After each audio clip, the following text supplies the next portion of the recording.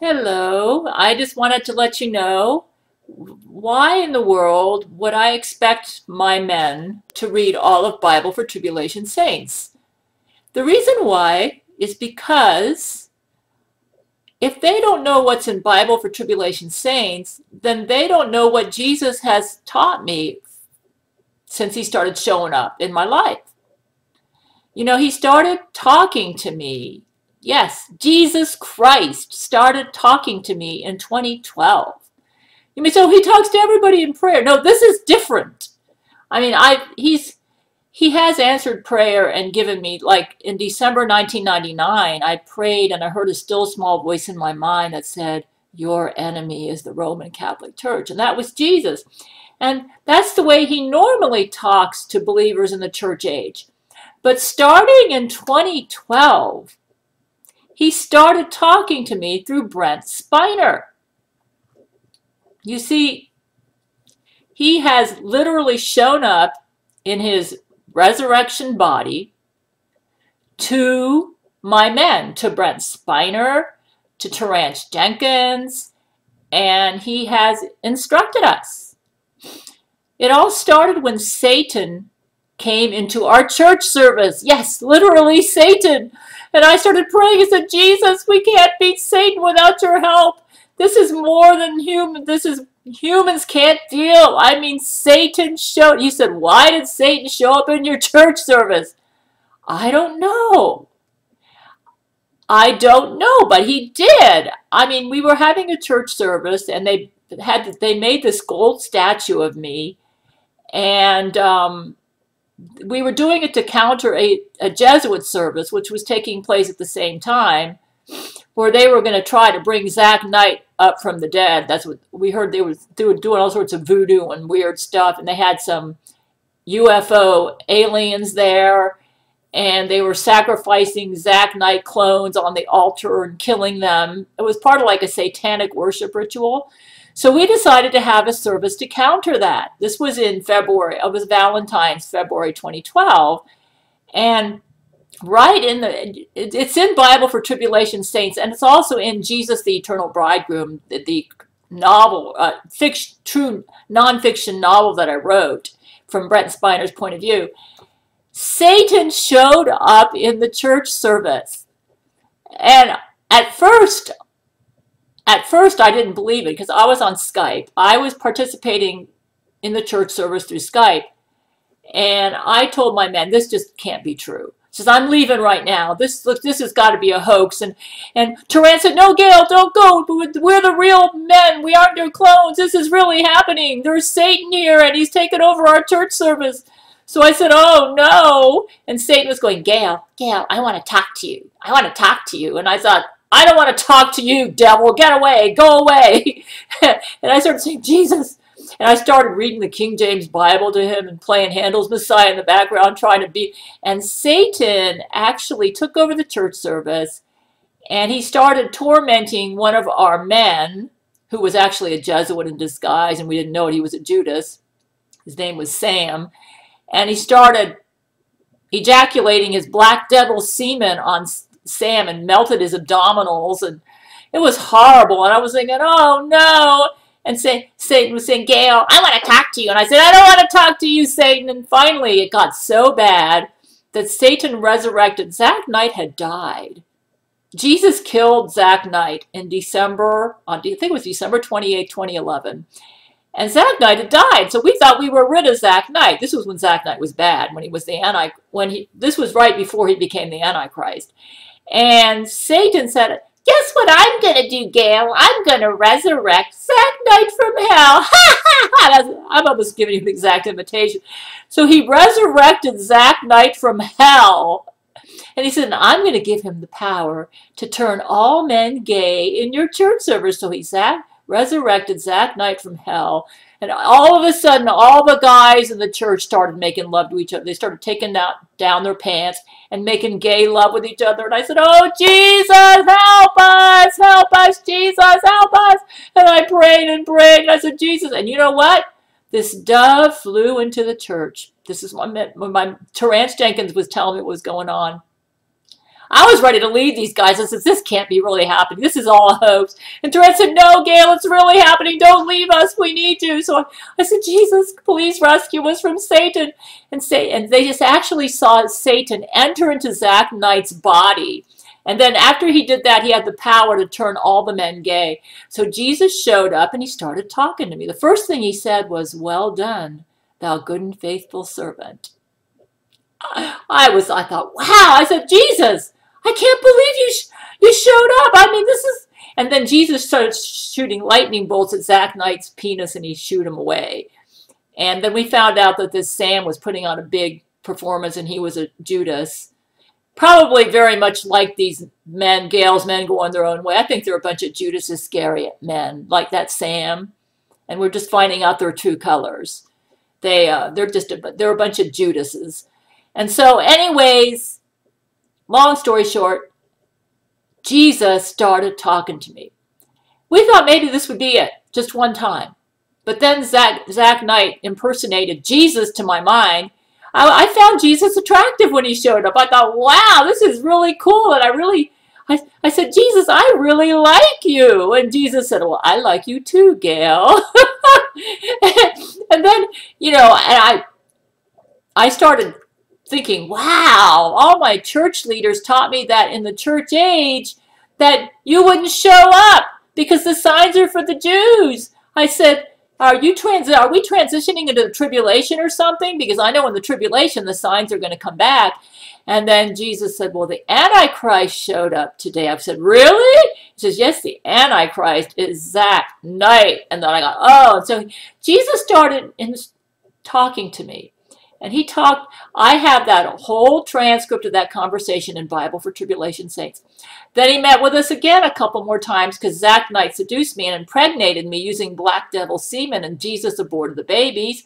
And the conversation where that happened, that was also there. Anyways, Jesus has met with me many, many times since 2012.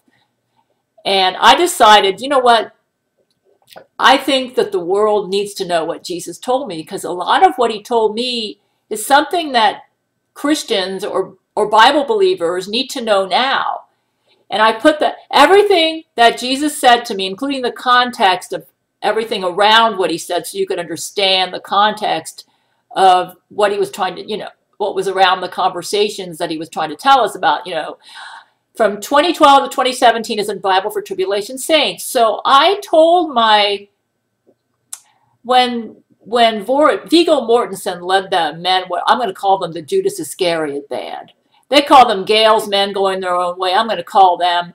I'm giving you the name you deserve, guys. You guys are the Judas Iscariot band. You have sided with Satan. Because you're making love with Satan's right-hand person right now, who is Lori McBride.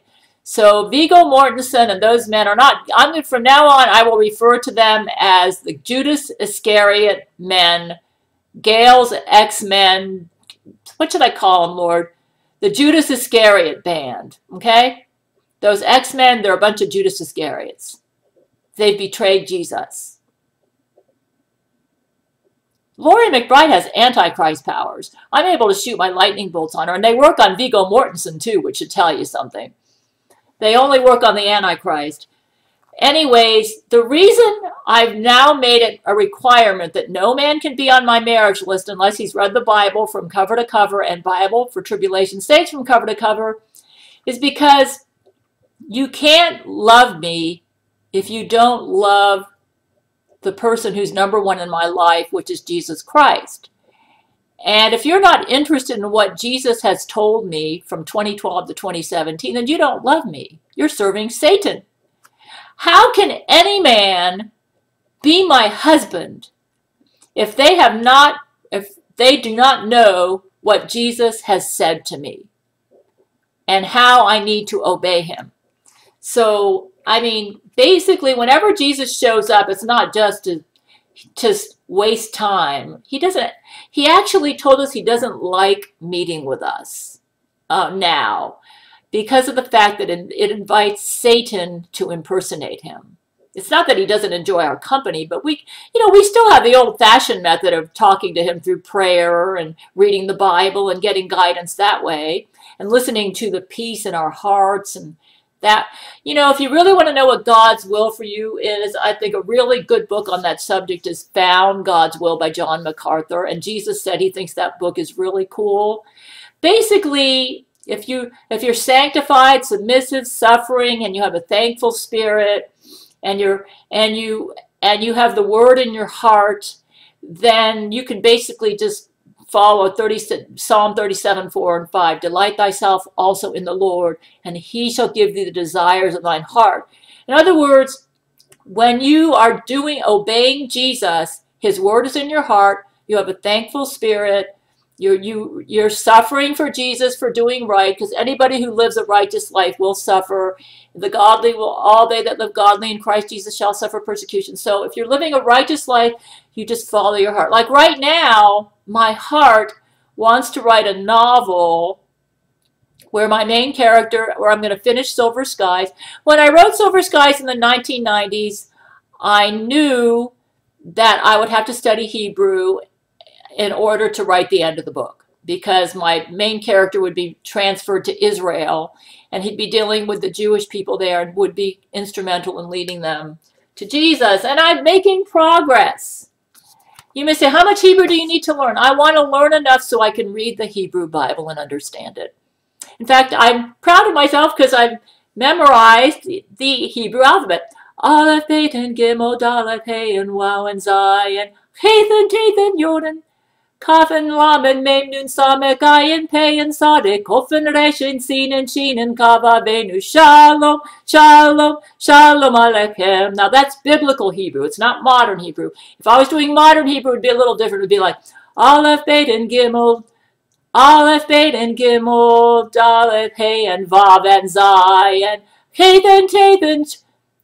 Anyways, I'm not an audio learner. I'm a visual learner. In fact, I've made flashcards. This is the Aleph Bet, the alphabet, because I'm a visual learner. Here are the vowels. The vowels, like patak, kibbutz, kames hatuf, comets, segol. So anyways, I'm a visual learner. I've got to make flashcards. And whenever I learn a language, that's the reason I usually learn how to read and write it before I can speak it, because I'm a visual learner. Here's my first vocabulary flashcards where I'm trying to learn extend my vocabulary. I also listen to a Hebrew 8-hour Hebrew video that has a lot of Hebrew words. Bill Barrick of the Master's Seminary offers a free biblical Hebrew course, and what I'm doing is I'm following his course online, and I'm right now on lesson 3. And what I do is I listen to the lesson several times, and my goal, he's got 4 semesters that he's posted free online. I have a page for that underneath this video if there's anybody else who'd like to learn biblical Hebrew. It's not an easy class, but it's going to really help me. I also have this will help me since I'm a visual learner. My goal is to be able to read Hebrew, and because I'm going to have some scenes in my novel where my main character is going to be going to the Bible in Hebrew and talking to the Jewish leaders and trying to show them from the Bible that Jesus is their Yeshua HaMashiach, their Messiah. So I'm making progress. I basically am giving myself the equivalent of a Messianic Jewish Studies major. Like Talbot Seminary offers a master's degree in that. And I'm giving myself that equivalent. And this is what I need to do to make my rabbi character come alive and to make him seem believable. So you can't write a masterpiece like Tolkien. When he wrote Lord of the Rings, he studied all sorts of linguistics, and the languages he created was based on real linguistics. And I got to learn the Hebrew. I'm trying to learn modern and biblical at the same time, but the emphasis is more on biblical Hebrew. Anyways, you can check out, if you want to learn Hebrew, check it out. And no guy can be on my marriage list unless he knows what Jesus has said to me. You got to know Bible for Tribulation Saints.